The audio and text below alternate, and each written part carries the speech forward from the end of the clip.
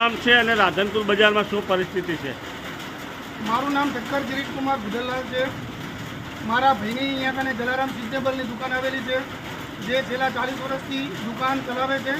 રાધનપુરની અંદર જ્યારથી વર્ષોથી, આજથી નહીં પણ 30 વર્ષથી છેલ્લા પાણીના નિકાલની કોઈ સમસ્યા દૂર થઈ નથી। જ્યારે વરસાદ આવે છે ત્યારે લોકો ત્રાહિમામ પોકારતા હોય છે। અત્યારે હાલ વરસાદ ચાલુ છે, 2 ઇંચ કે 3 ઇંચ વરસાદ આવે તો લોકોના દુકાનની અંદર પાણી ભરાઈ જાય છે। લોકોને 5-5 ફૂટ પાણી ના આવે દુકાનમાં, એટલા માટે પાળીઓ કરવી પડે છે। સાધનોવાળા લોકો પરેશાન થાય છે।